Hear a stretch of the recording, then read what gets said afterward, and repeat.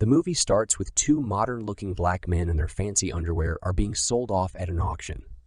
They are chained by their necks, and it appears as if the place is a slave market. Following this, the movie goes back into a flashback to where it all started. It revolves around two estranged half-brothers, Regis and Joel from the West Indies, who lead completely different lives. Joel is a monoracial black man fresh out of prison after serving time for stealing an old woman's purse. Currently, he lives with his mother and his 9-year-old daughter. He is serially unemployed and blames racism for all his woes, especially his joblessness. However, he has never seriously tried to find work. On the other hand, Regis is a biracial man. He is married to a white woman and has a 9-year-old daughter with her. He lives in an affluent town and is well integrated into the upper-class society. Regis is employed at the local town hall and works as an assistant to the mayor.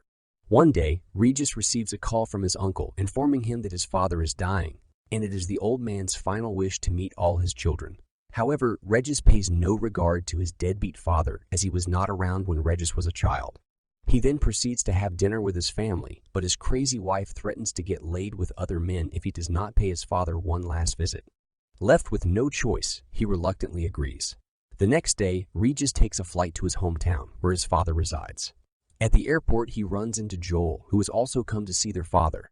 The brothers, who've been out of contact for more than a decade, put their differences aside and hire a taxi together. They catch up in the taxi on the way to their father's home. Regis tells Joel everything about his successful life while the latter lies to cover up his failures out of embarrassment. Upon reaching their father's home, they're introduced to their aunt and several half-sisters. Turns out that their dad ventured throughout the world and had relations with countless women. This explains why Joel and Regis have different skin colors. The old man's eyes light up when he sees his only 2 sons before him. Before dying, he tells Regis and Joel that they will inherit a great treasure. This excites the brothers and they eagerly wait to hear about the treasure. However, to their dismay, all they receive as inheritance is a document of the emancipation of their ancestors. This document was handed over to a few slaves by their owners for some extraordinary work or act. Apparently, Regis and Joel's ancestors were granted freedom long before slavery was legally abolished in the West Indies. However, not concerned about the symbolic value of this piece of paper, they scoff at the inheritance. They then derisively tear the paper up under the disapproving eye of their late father's sister. As expected, this enrages the old woman, so she decides to teach the brats a lesson. She casts a voodoo spell on them and sends them back to the 17th century, where slavery is still prevalent. In the next scene, when Regis and Joel wake up, they find themselves stripped down to their designer underwear in an open field. As the two wonders about what happened, a couple of terrified black people run past them. Just then, 2 slave hunters also arrive and capture the Gros brothers. They are then taken to a slave market and sold to Monsieur Jourdain, a landowner. Jordan entrusts Joel to the farms, where he will work under the care of Henri, a brutal and deeply racist foreman, while Regis is sent to the kitchens of the residents. Soon, the half-brothers discover that they have time. Travel to 1780, when slavery is still a thing. The next day, the slaves are forced to listen to a priest who reads them a fake Bible about how black people should obey the whites. But since the Gros brothers are the only ones besides the whites who can read, they refuse to agree with the content. Regis even surprises the priest by reading him a line from the book. Later in the day, Joel shows up late to the field and gets hit by Henri. Fed up with Henri's torture and behavior, Joel makes a run for it to escape the farm but ends up hitting his head on a pole and knocking himself out. Due to his actions, he is scourged in front of everyone. That night, Regis is called to Monsieur Jourdain's office, where his ability to read is acknowledged. Jourdain raises him for being a smart slave and gives him the privilege to control the other slaves with Henri. In the meantime, Joel is getting his wounds treated by a female slave, Rosalie. It has been only 5 minutes since they met, but Joel has already started liking her. At an opportune moment, he leans in for a kiss, only to get turned down. Rosalie then reveals that she is in love with a fellow slave named Isidore, much to Joel's disappointment. The next day, Regis carries out his new duty and starts ordering and commanding other slaves to do their work. Joel is shocked to see his brother acting like the whites and criticizes him for being selfish. However, Regis could care less, and he continues to be loyal to his new masters and reports his work throughout the day to Monsieur Jourdain. Eventually, everyone in the white household finds out about Regis's ability to read and starts mocking him. They also joke about whether or not he can play the piano. To everyone's surprise, Regis plays the piano beautifully. However, this results in him getting whipped severely by the whites. Finally fed up, Regis wants out, and the next morning, the two brothers flee the plantation by secretly hopping in the carriage of a Jewish man named Isaac. When they reach his place, Isaac approaches them and reveals that he knew about their presence all along.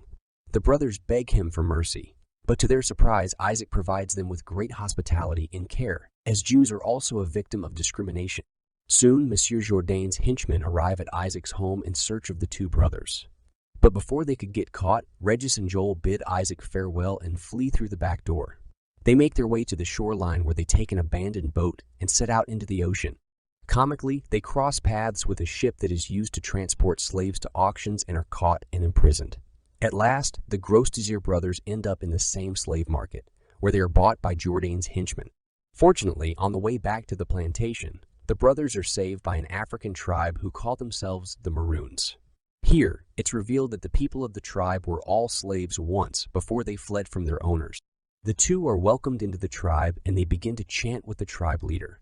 However, Regis, who is married to a white girl, refuses to chant when the Maroons talk about killing the whites. This enrages the tribe and they quickly turn on the brothers. But fortunately, Regis and Joel manage to outrun the tribe and reach safety. The next day, the two find themselves in an unknown place where they see their aunt, who cast a spell on them. The brothers soon realize that it was she who was responsible for sending them back in time. They plead with her to remove the spell and mention that they will do anything for it. Initially, the old woman refuses, but when the brothers keep pleading, she gives them a hint. She tells them that the only way for them to get back to the present is to reach the plantation again and reunite their ancestors, Isidore and Rosalie. She also tells them to rectify the error without elaborating any further. Before disappearing, the woman leaves behind her special pipe and instructs the brothers to smoke it when they have successfully completed their mission. As the two are brainstorming ways to tackle the situation, Joel suddenly remembers seeing what seemed like Isidore having oral intercourse with another man. He has also recorded a video of the incident on his phone and shows it to Regis. The two brothers then become convinced that Isidore is homosexual, and they mistakenly believe that this is the error that they are supposed to fix. In the next scene, Joel and Regis return back to the plantation. They try to negotiate with Monsieur Jourdain on their punishment, but it doesn't work out for them. Instead, they get branded with a sigil of the plantation. They then return to their huts and begin to plan their course of action. Meanwhile, inside the mansion, the whites are celebrating the wedding party of Monsieur Jourdain's daughter. Taking this as the perfect distraction, the brothers organize a party of their own for the slaves. They secretly steal a barrel of rum from the distillery to intoxicate and activate the romance between Isidore and Rosalie. However, their plan hits a roadblock when Regis spots Joel making out with Rosalie due to his infatuation with her. Afterward, the two brothers improvise and physically help the couple have intercourse as they are asleep. Once this is done, they're convinced that their mission there is accomplished. Believing that they can go home whenever they like, the brothers decide to take revenge on the whites. They make their way into the mansion armed, where they humiliate everyone. Joel kisses the daughter of Monsieur Jourdain, whereas Regis starts damaging furniture and even slaps a white man. All of a sudden, Henri barges into the room with a gun and threatens the brothers. Still, Regis and Joel show no signs of fear and proceed to use the pipe. Unfortunately, when they smoke it, nothing happens. It appears as if the magical pipe given by the old lady was replaced with an ordinary one. As a result of their deeds, they are locked in a cage and are condemned to execution the next day. That night, the brothers get emotional and start contemplating their life choices. Regis talks about his failing marriage while Joel confesses that he is broke and jobless. After a few hours, as the brothers are still sympathizing with each other, Henri arrives and takes them out to the field where they're supposed to be hanged. However, right before the execution, Monsieur Jourdain's son, Victor, runs off into the forest as he cannot bear watching the sight. Rosaline chases after him and soon finds out that he has fallen into the nearby river. All members of the family panic and run to the scene. However, Isidore takes advantage of the uproar and saves the brothers, knocking out Henri in the process. He then orders them to run for their lives, to which they oblige. As the brothers flee, they come across Victor, who is being swept by the stream. Without a second thought, the two jump into the dangerous river. But to Regis' surprise, Joel cannot swim. This makes his task even more difficult, but somehow he manages to save both his brother and Victor. Grateful to the brothers for saving his son's life, Monsieur Jourdain sets them free.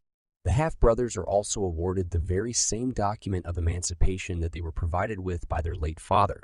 However, instead of accepting the freedom and the award, they request Monsieur Jourdain to free Isidore and Rosalie and present them with the document.